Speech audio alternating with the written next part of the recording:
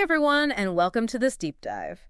We're going to be tackling how amazing managers are able to turn talent into performance. It's a fascinating topic for sure. It is, and to help us out, we'll be referencing first Break All the Rules by Marcus Buckingham. Yeah, I love that book. It's a great one. Right away, it kind of throws you for a loop. Oh, yeah. Because it argues that you shouldn't promote people just because of their past performance. Right. It makes you really think about how we traditionally look at careers. Yeah.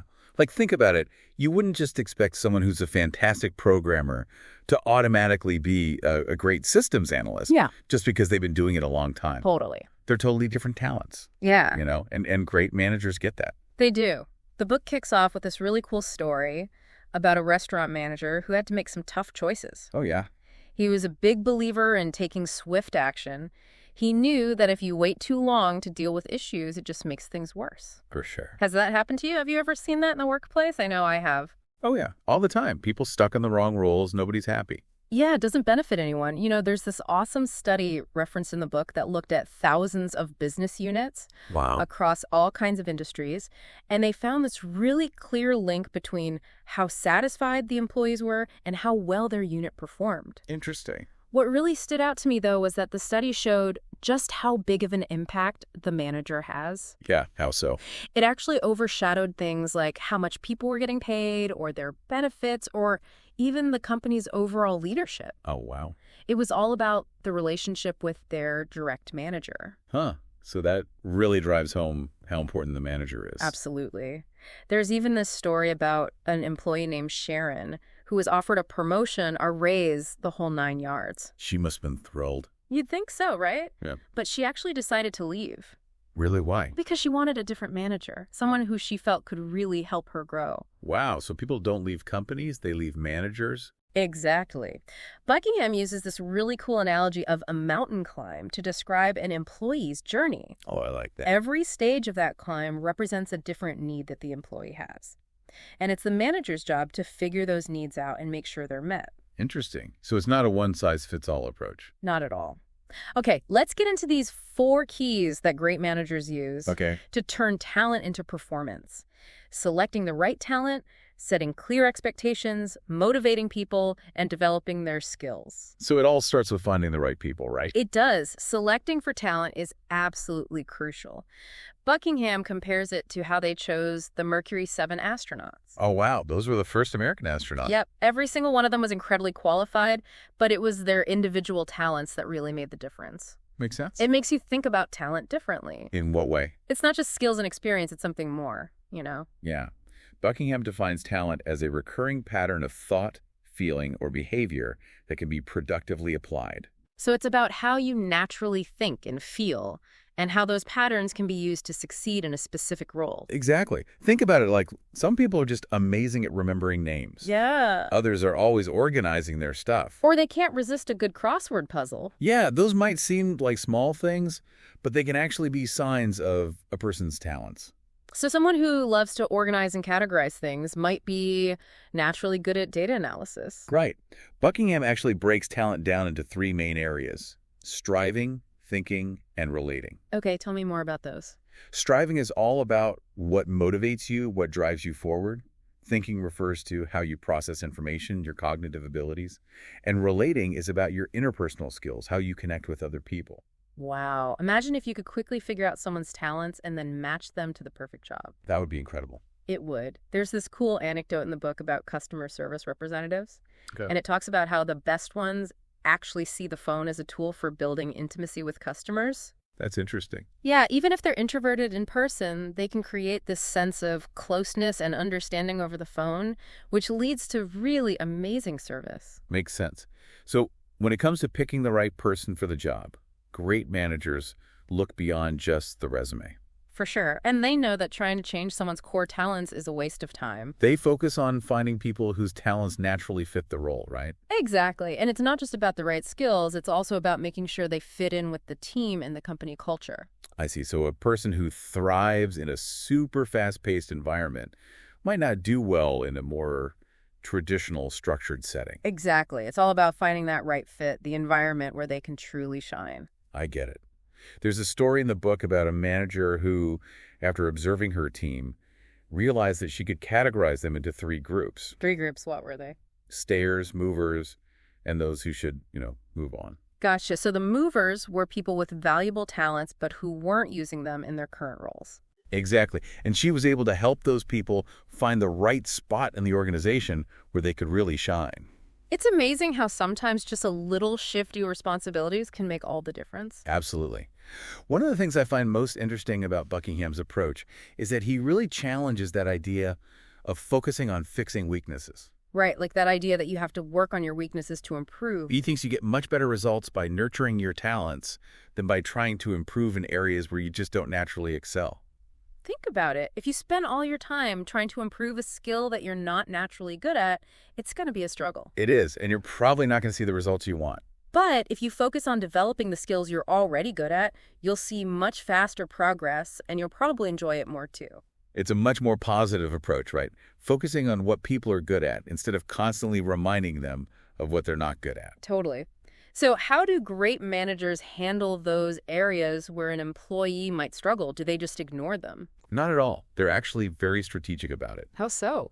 There are 3 main approaches they use. The first one is creating a support system. Let's say you have an employee who struggles with complex calculations. Okay.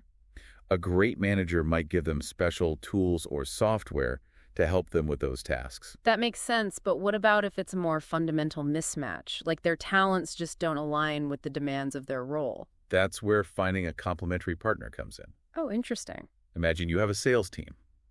One person might be incredible at building relationships, but not so good at closing deals. And another person is great at closing deals, but not so good at building those relationships. Exactly. The manager can pair them together so their strengths complement each other. So it's about recognizing that a team can be more than the sum of its parts. Precisely. And then there's the third approach, which is exploring alternative roles. Give me an example. Let's say you have someone who's super creative, but they're stuck in a very rigid, process-driven job. Oh, I can see how that would be a problem. A great manager would recognize that and suggest a move to a more innovative environment where that person could really thrive. So it's all about finding the right fit for each person's talents. Exactly. This part of the book really made me think.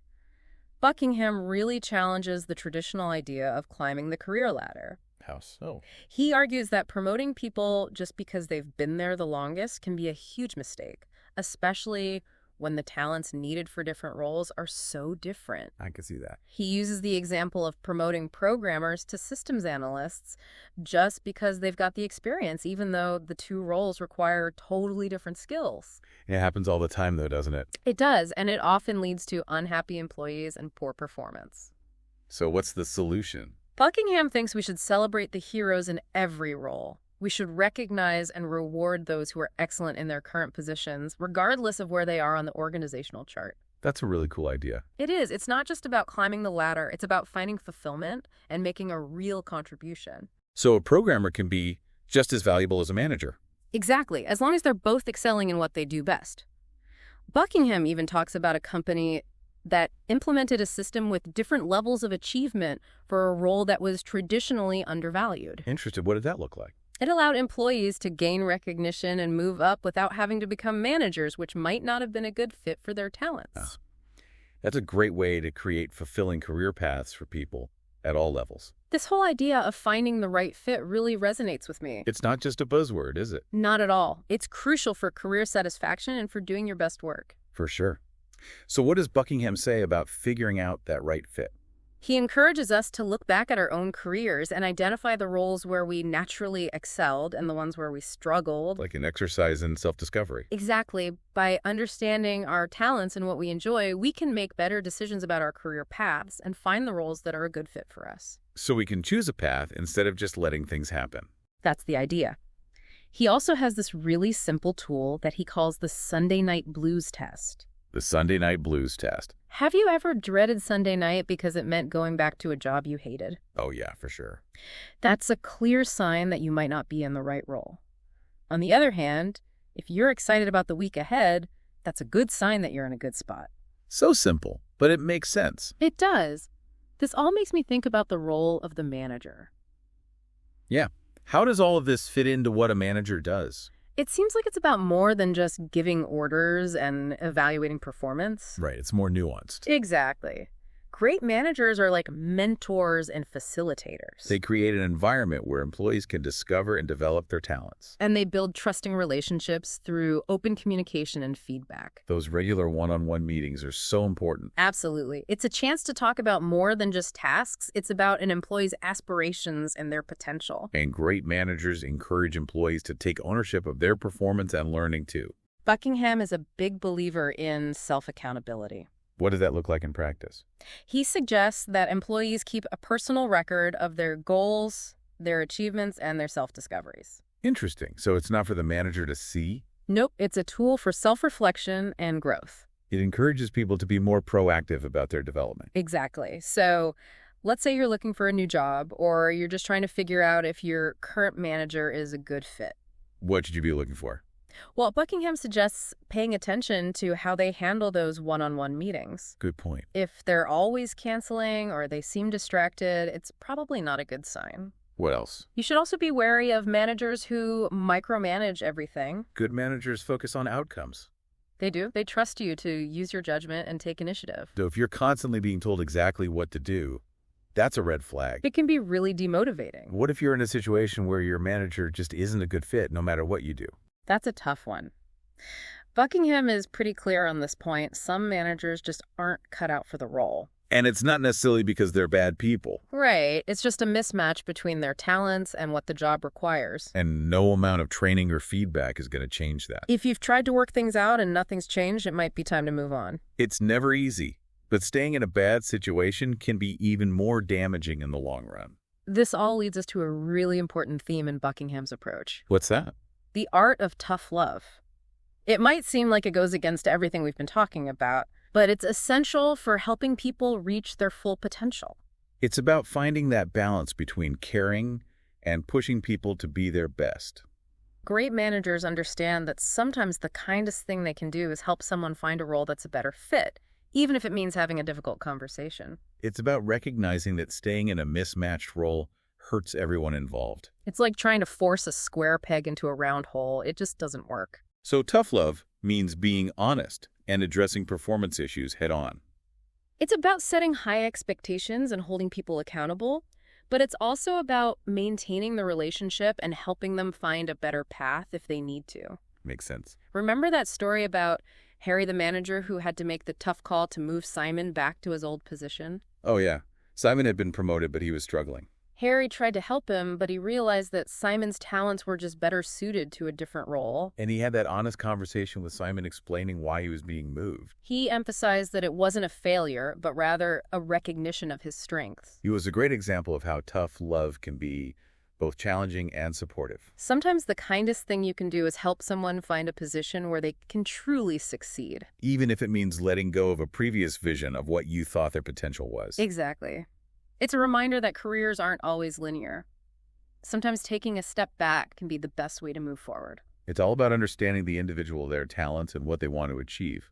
And building a relationship built on trust where both the manager and the employee can be open and honest even when it's tough. Great management isn't just about skills and techniques. It's about building real connections and caring about your team's success. And creating an environment where everyone feels valued and empowered to reach their full potential. Exactly. Welcome back to our deep dive into First Break All the Rules. Let's talk about how great managers actually put those 4 keys into action. Okay, so we know that selecting the right talent is super important. Right. But what about that second key, setting clear expectations? It seems pretty straightforward. You would think so. Yeah. But a lot of managers get caught up in focusing on the process instead of the outcome. So it's like they're so worried about how things are done that they forget about the results. Exactly. It's like following a recipe to the letter, but never tasting the food to see if it's any good. So are you saying it's about giving people clear direction without being too controlling, like letting them use their own talents to get the job done? Exactly. Great managers define expectations in terms of outcomes. Okay, so they paint a clear picture of what success looks like. Right. They give people a target to aim for, but they also give them the flexibility to figure out how to get there. This reminds me of that story in the book about the collapse of Barings Bank. Oh, yeah, that was a wild one. Nick Leeson, the trader who lost it all. It's crazy how much autonomy he had. It is. He was responsible for both the front and back office, so there was no one checking his work. And we all know how that ended. Not well. It's a good reminder that autonomy is great, but you need accountability too, especially when it comes to money. So it's like giving someone a powerful car, but no brakes. Yeah, you need that balance between freedom and responsibility. And some things just need to be standardized, like safety procedures or financial controls. Right. But you also need to allow for flexibility in areas where creativity and individual approaches can lead to better results. I see your point. The book talks about the difference between United Airlines and Southwest Airlines and their customer service. Oh, yeah. Back then, United had this super rigid, scripted approach to dealing with customers. Interesting. Their flight attendants had to follow a specific set of steps, even when they were trying to express concern or empathy. So it's probably a really impersonal experience for the passengers. Totally. The problem wasn't that they had scripts. It was that following the script became the most important thing, even if it didn't feel genuine. Gotcha. So what about Southwest? Well, Southwest focuses on creating a fun experience for their passengers. Okay. And they give their flight attendants the freedom to figure out how to do that. It's a great example of defining expectations in terms of outcomes instead of dictating every little step. It lets people be themselves and be creative, which leads to a better experience for everyone. Makes sense. Okay, let's talk about that third key, motivating individuals. This one seems tricky, right? Everyone's motivated by different things. It can be tough, but Buckingham says there's some basic principles that apply to everyone. Okay, like what? One of the biggest ones is focusing on strengths. Really? Wouldn't it make more sense to focus on weaknesses so people can improve? You'd think so, but Buckingham believes that focusing on what people are already good at is way more motivating than trying to fix their weaknesses. Think about it when you're working on something you enjoy and you're good at. You get into that flow state? Yeah, it doesn't even feel like work. There's a great story in the book about a sales manager named Kirk who had a top performer on his team, Mike. Okay, what happened? Well, Kirk was a super competitive guy, so he assumed Mike was motivated by the same things. So what did he do? He tried to motivate Mike by comparing him to other salespeople and highlighting the ones who were doing better. But it backfired. It did. Turned out Mike wasn't motivated by competition at all. He was an achiever. He just wanted to keep getting better and beat his own personal best. I see. Once Kirk understood that, he changed his approach. He started asking Mike about his goals and how he planned to achieve them. And that worked. It did. Mike became the top salesperson in the company for 6 years straight. It's amazing how a simple change in focus can unlock someone's motivation. We all make assumptions about what motivates other people. Yeah, we do. But great managers take the time to really get to know their team and understand what makes each person tick. So focusing on strengths is one big motivator. What else did Buckingham talk about? He also emphasized the importance of creating a sense of progress and achievement. So people need to feel like they're moving forward? Exactly. If you don't feel like you're making progress, it's easy to get discouraged. Totally. What's a good way for a manager to do that? They need to find ways to celebrate milestones, big and small. Recognize and reward progress. Exactly. There's a story in the book about a regional manager named Jeff who was struggling with a really rigid quota system. What was wrong with the quotas? They were demotivating his team. Everyone was so focused on meeting the bare minimum that they weren't even trying to excel. I see. So Jeff found a way to work within the system while still emphasizing individual growth. What did he do? He started writing personalized notes to each employee, acknowledging their efforts and celebrating their successes, even if they didn't quite hit the quota. That's a great idea. It shows that even in a rigid system, a good manager can find ways to motivate their team. It's about those little things that make people feel seen and appreciated. So we've got focusing on strengths and celebrating progress. What's the third piece of this motivation puzzle? Providing opportunities for growth and development. People need to feel like they're learning new things and advancing in their careers. So it's about giving them chances to take on new challenges and expand their skills. Exactly. Great managers might assign them to special projects or offer training opportunities. Or encourage them to find a mentor. It's all about creating a culture of continuous learning. It makes sense. When you feel like you're growing, you're more engaged and motivated in your work. Absolutely. Okay. Now let's move on to that fourth key, developing people's skills. This is where things like training programs come in, but Buckingham warns against a one-size-fits-all approach. Because everyone learns differently. Exactly.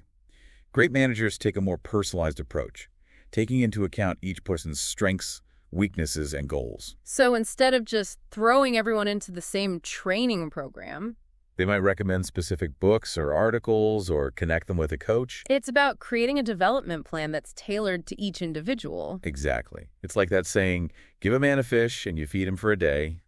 Teach a man to fish and you feed him for a lifetime. Great analogy. Great managers are in the business of teaching people how to fish. Exactly. They're giving their team the tools and knowledge they need to grow and succeed on their own. So no more generic training programs. It's all about customized development plans. Now let's talk about how great managers actually spot and cultivate talent. It's more than just looking at past performance or giving them a test, right? Right. They're really good at observing people and picking up on those subtle clues that reveal their potential. So what should we be looking for? Buckingham highlights 3 key things: rapid learning, satisfactions, and yearnings. Okay, let's break those down. Starting with rapid learning. Rapid learning is about those tasks or skills that a person picks up quickly and easily. So if someone seems to be mastering new things effortlessly, it's a good sign. It means their talents are aligning with the demands of the role. Like they were born to do it. Yeah. Then we have satisfactions. What are those? Satisfactions are those parts of a job that bring a person genuine joy. Okay, so it's about identifying those moments when someone is truly in their element. Exactly. Great managers notice those moments and try to create more opportunities for employees to experience them. What about yearnings? Yearnings are those deep-seated desires and aspirations that drive a person's actions. So it's about understanding what someone really wants to achieve in their career and in their life. Right. Buckingham gives some advice on how to uncover these things during an interview. Oh, yeah, like what? He suggests asking a question like, think back to a time when you had to convince someone to do something and they initially said no. How did that make you feel? Interesting. Seems like a simple question. It is, but the answer can tell you a lot about a person's resilience and determination. Especially for a sales position. Exactly. The best salespeople thrive on overcoming objections and turning a no into a yes. So it's not just about the words they use, but also the emotions behind them. Great managers are really good at picking up on those subtle cues. This makes it clear that talent isn't always obvious. Sometimes it takes a more intuitive approach to identify and cultivate it. You have to dig deeper and get to know each person on a more personal level. Exactly. Now let's talk about self-accountability. Okay. It seems a little counterintuitive, though, doesn't it? If a manager is supposed to be a mentor, shouldn't they be taking the lead on development? Well, self-accountability isn't about leaving employees to figure everything out on their own. What is it about then? It's about empowering them to take ownership of their performance and their learning. Buckingham suggests keeping a personal record of goals, achievements, and self-discoveries. Right. It's like a journal for your career. And it's not for the manager to read. It's just for you. It's a way to track your progress and learn from your experiences. It's about being proactive and taking control of your own growth. Exactly. Buckingham also talks about how to tell if your current manager is really invested in your growth. Oh, okay. How can you tell? Pay attention to how they handle those one-on-one meetings. If they're always canceling or they seem distracted, it's probably not a good sign. Nope. But if they come prepared, focused, and genuinely interested in your progress, then it's a good sign that they're committed to your success. Exactly. You should also watch out for managers who micromanage everything. Because good managers focus on the outcomes. Right. They trust you to use your judgment and take initiative. So if you're constantly being told exactly what to do, that's a red flag. It can be really demotivating. What if you're in a situation where your manager just isn't a good fit no matter what you do? Buckingham's pretty clear on this one. Some managers just aren't cut out for the role. It's not that they're bad people. Right. It's just that their talents don't match what the job requires. And you can't really change that with training or feedback. So if you've tried to make things work and nothing's changed, it might be time to think about moving on. It's a tough decision, but sometimes it's the best thing for everyone involved. This brings us back to that idea of tough love. Yeah. It might seem harsh, but it's actually a really important part of great management. It's about finding that balance between caring for your team and pushing them to be their best. Great managers know that sometimes the kindest thing they can do is help someone find a role that's a better fit for them. Even if it means having a difficult conversation. It's about recognizing that staying in a mismatched role doesn't help anyone. Right. It's like trying to force a square peg into a round hole. It just doesn't work. Uh. Tough love means being honest and addressing performance issues directly. But it also means maintaining the relationship and supporting the person. Like in that story about Harry and Simon. Oh, yeah. Harry had to make the tough decision to move Simon back to his old position. It was the right thing to do, though. It was. He was honest with Simon and explained that it wasn't a failure, it was just a recognition that his talents were better suited for a different role. It was a great example of how tough love can be both challenging and supportive. Sometimes the best thing a manager can do is help someone find a position where they can truly succeed. Even if it means letting go of what you thought their potential was. And it shows that careers don't always follow a straight path. Sometimes you have to take a step back to move forward. It all comes down to understanding the individual and building a relationship based on trust. Where both the manager and the employee can be open and honest with each other. Great management isn't just about skills and techniques. It's about connecting with your team and caring about their success. And creating an environment where everyone feels valued and empowered. Welcome back to our deep dive into First, Break All the Rules. We've covered a lot, but there's one more thing I want to talk about. Buckingham has this really interesting idea, it's kind of a paradox, that great managers have to deal with. Oh, really? What is it? They believe two things that seem to contradict each other. Okay. First, they believe that people don't really change all that much. Okay. And second, they believe that the main goal of any organization is to perform well. That is interesting. So on the one hand, you've got this idea that people are who they are. Yeah, with their strengths and weaknesses. And on the other hand, you've got this need for results. Exactly. So how do great managers handle that? It all comes back to picking the right people for the right jobs. If you have people whose talents match what the job requires, they're more likely to be successful. Right. It's like planting a seed in good soil. It's going to grow strong. It's about setting people up for success from the beginning. And giving them the support they need to reach their full potential. But there are going to be times when no matter what a manager does, an employee just doesn't perform well. That's when tough love comes in. Yeah, sometimes the best thing a manager can do is help that employee find a different role. Even if it means having a tough conversation. Or even letting them go. It's hard, but staying in a job that's not a good fit hurts everyone. It's like trying to fit a square peg into a round hole.